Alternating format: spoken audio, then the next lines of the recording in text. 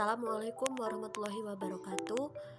Pada video pembelajaran kali ini, saya akan menyampaikan sedikit uraian materi mengenai just in time pada sistem informasi akuntansi. Tapi sebelumnya kita kenalan dulu ya. Perkenalkan, nama saya Yuliana Nurrohimah dengan NIM 630300159. Saya dari kelas Akuntansi Syariah 4E. Oke, langsung saja masuk pada pembahasan materi. Selamat menyaksikan.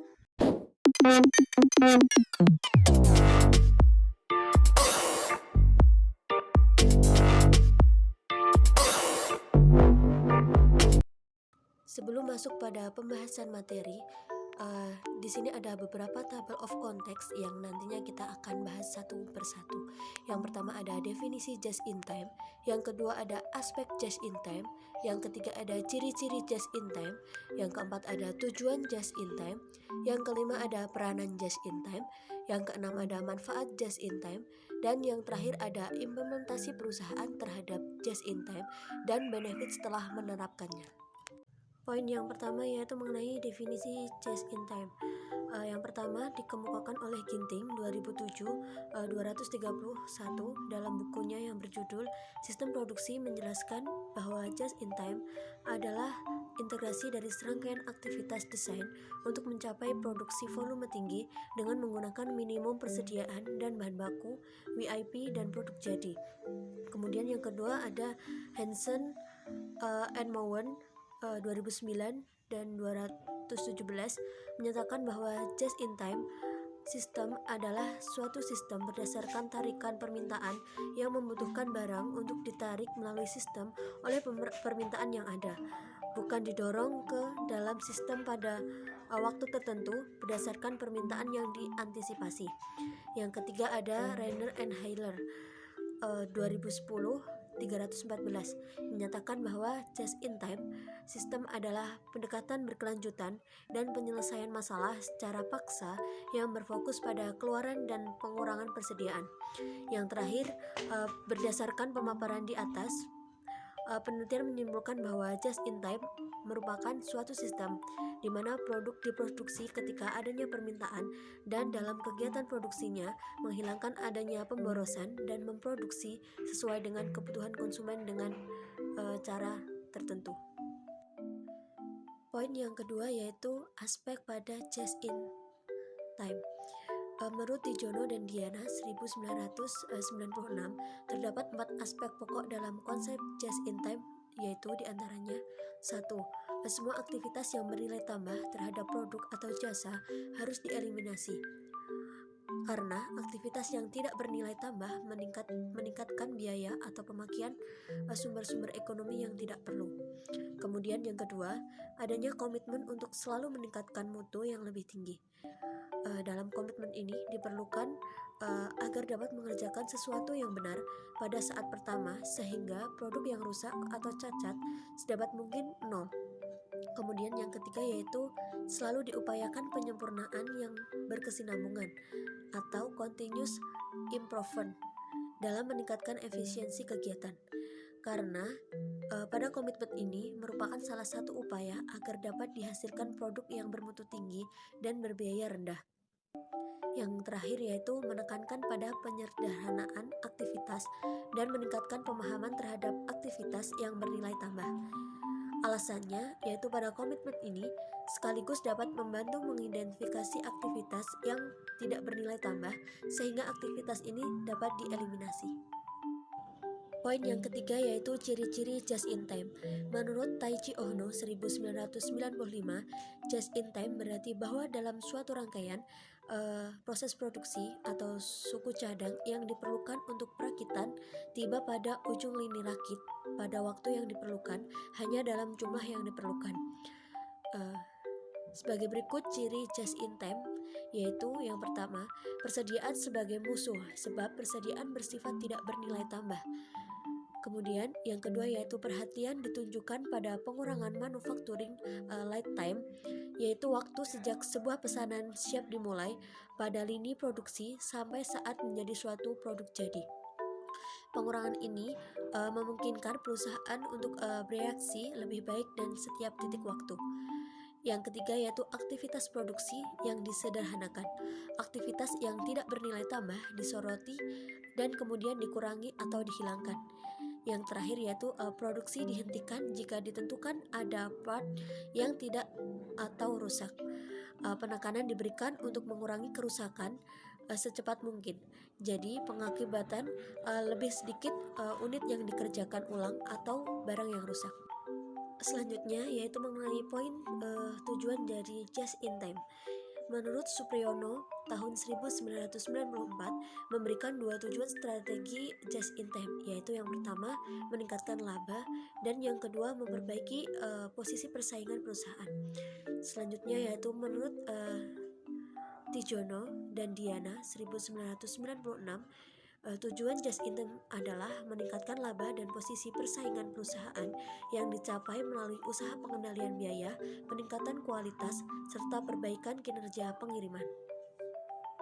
Selanjutnya, sedangkan menurut Javid Hatsin pada 1997 memberikan tujuan just in time sebagai berikut, yaitu yang pertama meminimumkan penyimpanan stok, yang kedua ada menurunkan biaya, yang ketiga meningkatkan pasar, yang keempat ada mengalahkan pesaing, dan yang terakhir ada mengendalikan sumber daya setiap orang yang digaji menuju pembuatan perusahaan yang terbaik dalam bisnisnya. Poin yang selanjutnya yaitu mengenai peranan just in time. Meski just in time seringkali disebut sebagai sistem produksi tanpa stok, namun sesungguhnya semua itu harus dipertimbangkan berdasarkan praktek. Di bawah ini merupakan peranan just in time. Yang pertama, orang dapat membayangkan adanya mata rantai yang tak tampak dari konsumen dengan jalur proses produksi. Yang kedua, sistem ini memungkinkan fleksibilitas yang tinggi dalam memenuhi kehendak dan permintaan konsumen. Karena dengan menggunakan sarana persediaan produk, model populer langsung dapat segera diganti dengan produk terjual. Yang ketiga, yaitu sistem produksi ini dapat segera menanggapi ketidakwajaran yang terjadi di jalur produksi. Yang keempat, sistem produksi ini dapat membantu perusahaan dalam meramalkan kecenderungan secara lebih tepat dan akurat. Yang terakhir yaitu just in time membuka kemungkinan penjadwalan produksi secara fleksibel. Poin yang selanjutnya yaitu manfaat just in time. Apapun manfaat just in time menurut Amin Wijaya Tunggal 1995 adalah sebagai berikut. Yang pertama, praktek just in time mengurangi tingkat persediaan yang berarti investasi yang lebih rendah dari persediaan itu sendiri. Karena sistem just in time itu sendiri hanya mensyaratkan kuantitas yang terkecil dari material yang diperlukan. Yang kedua yaitu rencana pembelian di bawah just in time mensyaratkan suatu waktu tenggang pengiriman atau delivery lead time yang secara signifikan lebih pendek. Kemudian kendala waktu tenggang itu sendiri sangat besar diperbaiki. Yang nomor 3 yaitu waktu tenggang dan penyiapan mesin serta peralatan meningkatkan kelenturan penjadwalan. Yang keempat yaitu tingkat mutu yang diperbaiki telah dilaporkan oleh banyaknya perusahaan. Yang nomor 5 yaitu biaya material yang dibeli dapat dikurangi melalui analisis nilai yang lebih ekstentis dan kegiatan pengembangan pemasok yang kooperatif. Selanjutnya yaitu manfaat keuangan lainnya. Yang pertama ada investasi yang lebih rendah dalam persediaan. Yang kedua ada mengurangi biaya dan menangani persediaan. Yang ketiga ada mengurangi resiko keuangan persediaan. Yang keempat ada investasi yang lebih rendah dalam ruang pabrik untuk persediaan dan produksi. Dan yang terakhir ada pengurangan dalam total pabrikasi. Poin yang selanjutnya yaitu mengenai implementasi just in time pada sebuah perusahaan. Di sini saya mengambil contoh just in time pada perusahaan Toyota. Just in time bisa dilihat dari perusahaan otomotif ternama atau Toyota. Pada 1938, Toyota ingin melakukan efisiensi komponen biaya produksi agar ongkos produksi semakin minim, sehingga Toyota bisa menghemat bahan baku serta meningkatkan keuntungan. Toyota ini mengubah cara mereka dalam membuat produk motor atau mobil agar biaya ongkos pembuatan yang dikeluarkan menjadi lebih kecil. Dengan begitu, mereka tidak perlu mengeluarkan banyak uang sehingga bisa memaksimalkan profit. Sejak menyungsung konsep just in time ini, Toyota mulai melakukan perombakan total dalam produksi. Dengan kata lain, mereka baru akan melakukan produksi apabila sedang ada pesanan dari dealer di setiap produk. Cara tersebut dilakukan agar bisa membuat suku cadang dari mobil dalam waktu bersamaan sehingga ongkos lebih sedikit. Poin yang terakhir yaitu mengenai benefit implementasi dari penerapan just in time pada perusahaan tersebut. Di sini ada 5 benefit dari penerapan just in time, yaitu yang pertama ada gudang atau tempat penyimpanan akan senantiasa punya ruang yang lega karena tingkat persediaan barang yang rendah.